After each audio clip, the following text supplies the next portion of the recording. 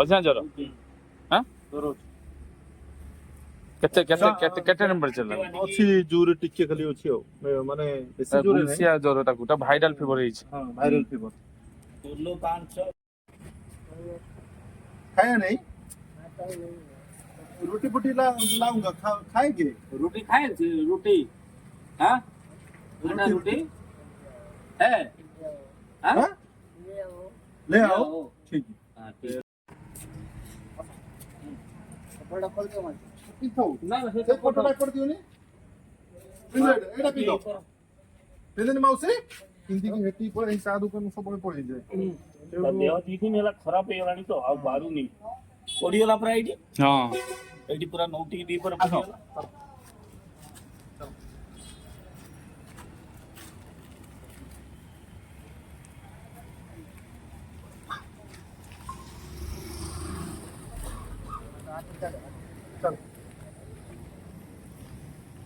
ଆଉ ସେଇଠି ଉପରକୁ ଦେଖିକି ଉଠେଇବ ହଁ ଜଣେ ଉପରକୁ ଉଠ ଆଉ ଧରନ ଭାଇ ହାତ ଭାଇ ନୁନି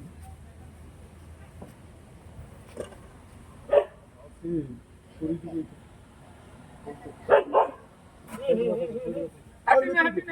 और भीतर चलो आसा आसो हां ओहो हां तू जाओ बस सफल कर दे सफल हो गया मन गाड़ी भीतर अछि ମୁଁ ଗାଡ଼ି ନେଇକି हम गोटे गाड़ी आनते ଗୋଟେ ଗାଡ଼ି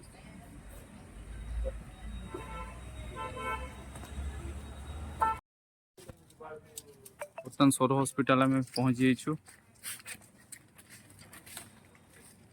ବର୍ତ୍ତମାନ ଗିରିଜା ଭାଇ ବି ଆସିକି ପହଞ୍ଚି ଯାଇଛନ୍ତି ଗିରିଜା ଭାଇ ତାପସ ଭାଇ ପୃଥ୍ୱୀ ଭାଇ ସମସ୍ତଙ୍କ ସହଯୋଗ ନିହାତି ଆବଶ୍ୟକ ଥିଲା ଆଉ ତାହା ବର୍ତ୍ତମାନ ପୂରଣ ହେବାକୁ ଯାଉଛି ମାଉସୀ ବହୁତ ମୁର୍ମୂଷ ଅବସ୍ଥା ଥିଲେ ଯାହାଦ୍ୱାରା ତାଙ୍କୁ ଦିନ ସାରା ସେ ହଇରାଣ ହେଇଛନ୍ତି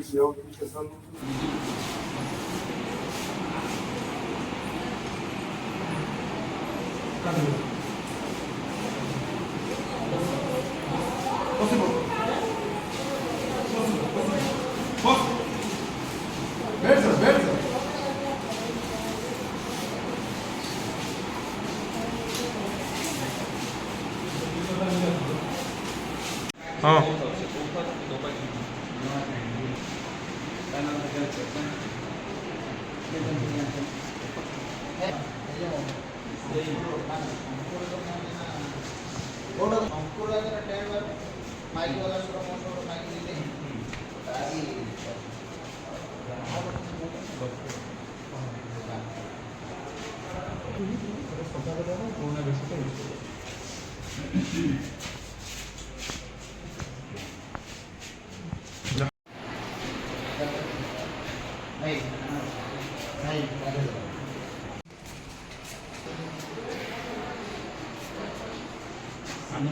समस्त को अशेष अशेष धन्यवाद वर्तमान राति पाखापाखि 11टा समय होलानी माउसी तांकर साड़ी रे तांकर झाड़ा कर देथिले वर्तमान से साड़ी को बदली गिरी जाई तुरंत जाई नुआ साड़ी ब्लाउज साया आनिले माँ जो भली भाव सेवा करा जाए आमर गिरी जाई तापस भाई अंजन भाई करुँच माँ को संपूर्ण भाव में सफा करी वर्तमान साड़ी पिंधि दूसरी गोटे माँ रो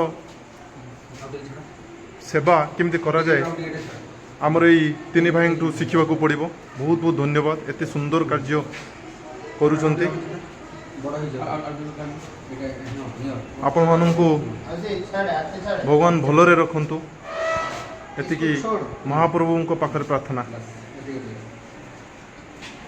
इतना हो गया ना अभी अच्छा लग रहा है ना नहीं चलो चल बा आसो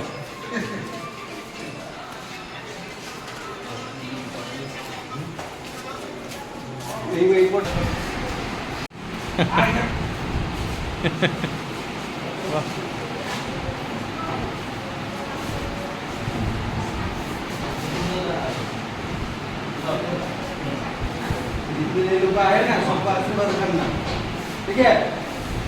सबसे मतलब काम करना। ना रखो।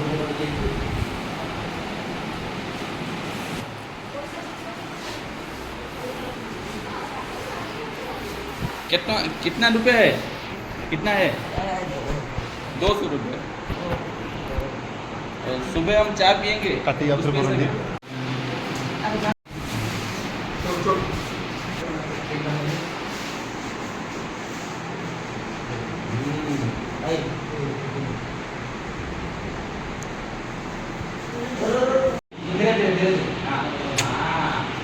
ଭାଇ ତ କ'ଣ ଫିଲିଂ ହେଉଥିବ ଜାଣିଛ ନା, ମାନେ ଜୀବନ ତାର କେବେ ଇଏ ହେଇନି ନା, ଆଉ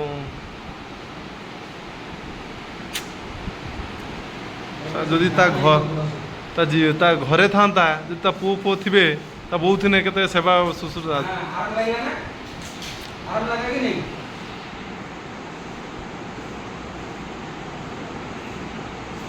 आराम से। ये थोड़ा कटेगा, थोड़ा बचाइए।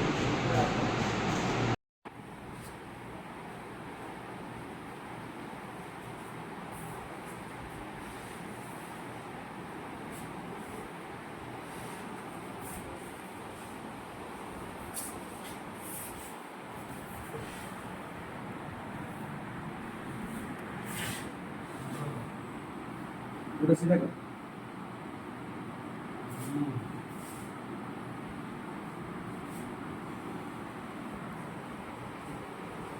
सुबह हम आएंगे।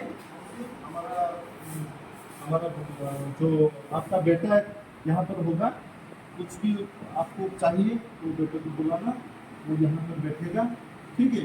फिर सुबह आपका तबीयत अच्छा होगा तो हम यहाँ पे डिस्चार्ज हो जाएंगे, नहीं तो फिर आपका यहाँ पर ट्रीटमेंट होगा, ठीक है? आप आराम से सोइए, आपका सलाइन चल रहा है, आप आराम से सोइए।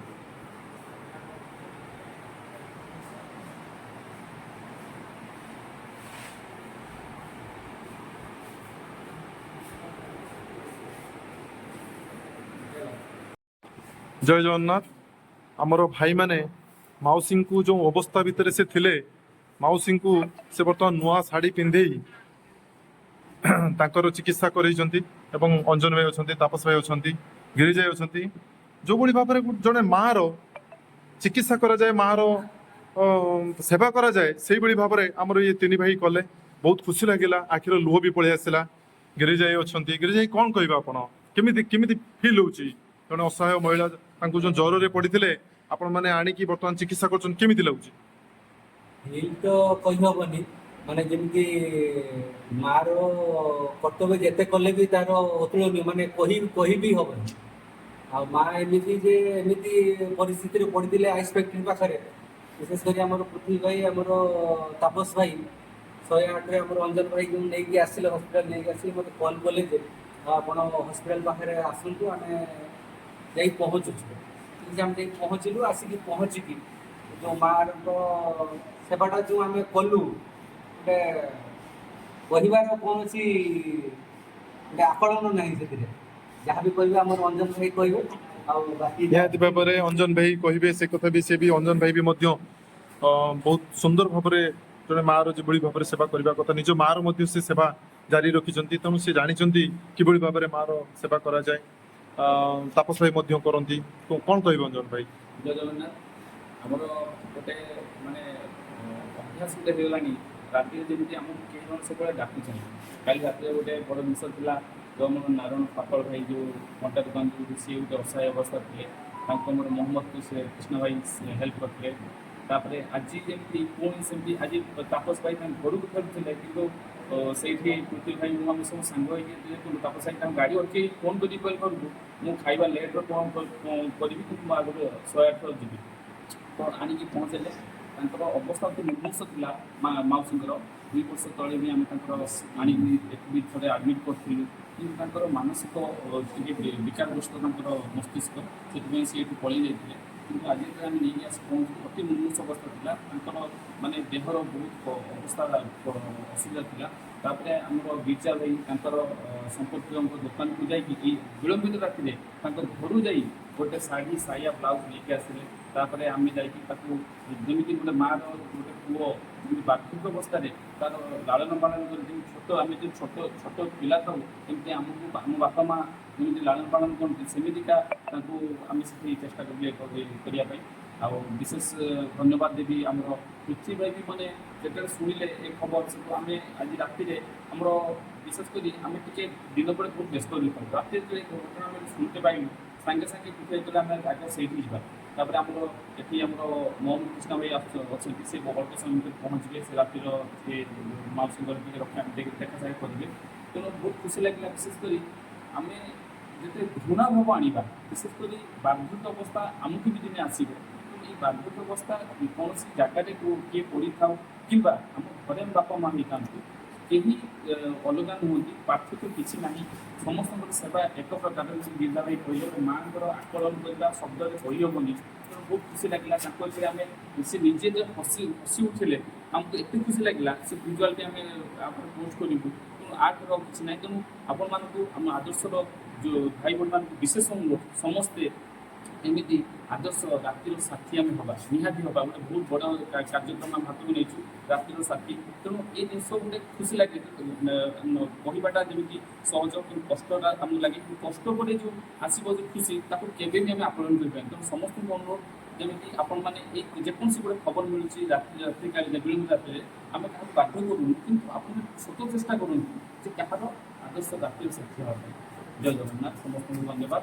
ଜୟ ଜଗନ୍ନାଥ। ଜୟ ଜଗନ୍ନାଥ। କଥାରେ ଅଛି କର୍ମ ସାହାଯ୍ୟରେ ଆନନ୍ଦ ଅନ୍ତର୍ପୃଷ୍ଟ ଆନନ୍ଦ ଭିତରେ ବହୁତ ତଫାତ। କାହିଁକି ନା ଏ ଯେଉଁ କର୍ମ ମାର ଋଣ ତ କେହି ଶୁଝିପାରିବେ ନାହିଁ। ମାନେ ମା ଶବ୍ଦଟା ଅତୁଳନୀୟ କାରଣ ମା ଯାହାର ଅଛି ତାର ସାହା ଅଛି। ତେଣୁ ମାର ସେବା ବର୍ତ୍ତମାନ ଏତେ ରାତିରେ କରିବାର ଯେଉଁ ସୁଯୋଗ ମିଳିଛି ସେ ସୁଯୋଗକୁ ମୁଁ ଭାବିଲି ଅଧା ରାତିରେ ହାତ ଛଡ଼ା କରିବା ଉଚିତ ନୁହେଁ। ତେଣୁ କାଲି ରାତି ଅନିଦ୍ରା ହେଇଥିଲେ ମଧ୍ୟ ଆଜି ମୁଁ କହିଲି ନା ଯିବି ଘରକୁ ଫୋନ୍ କରି ମନା କଲି ଲେଟ୍ରେ ଯିବି। ଯାହା ଭଲ ଲାଗିଲା ଭାଇମାନଙ୍କ ସହିତ ମିଶିକି କାମ କଲି। ସତରେ ସେବା କରିବାର ଯାହାର ବାସେ ସେବା କଲେ ତାର ଫଳଟା ଅନ୍ୟକୁ ଯାଏନି ସେବାର ଓଲଟାକୁ ବାସେ ଯଦି ଆମେ ସେବା କରିବା ତାର ଅଟୋମେଟିକ୍ ଫଳ ଭଗବାନ ଆମକୁ ଦେବେ। ତେଣୁ ଫଳକୁ ଆଶା ନ ରଖି ଆମେ ଆଜି ମାଆର ସେବା କରିଛୁ ବହୁତ ଖୁସି ଲାଗିଲା। ମା ହସିଲେ କଥା ବୁଝିପାରୁନାହାନ୍ତି କିନ୍ତୁ ତଥାପି ଯାହା ବି ଖଣ୍ଡି କଥା ଆମକୁ ବୁଝୁଛନ୍ତି ହସିଛନ୍ତି ଏତିକି ତାଙ୍କ ଅଧା ଜ୍ୱର ଛାଡ଼ିଯାଇଛି। ତାଙ୍କୁ ଟିକେ ଧୁଆଧୁଇ କରିଦେଲା ପରେ ବ୍ଲଡ଼ ଏକ୍ସଚେଞ୍ଜ କରିଦେଲା ପରେ ବହୁତ ଭଲ ଲାଗିଛି। ଗୋଟା ସିଲାଇ ଯାଉଛି ଯାହା ହଉ ଭାଇମାନଙ୍କ ସହିତ ମିଶିକି ଆଜି ଭଗବାନଙ୍କ ଗୋଟେ ଭଲ କାମ କରିବାର ସୁଯୋଗ ପାଇଛି। ଧନ୍ୟବାଦ ତାପସ ଭାଇ। ପୃଥ୍ୱୀ ଭାଇ କ'ଣ କହିବେ ମାଙ୍କ ବିଷୟରେ?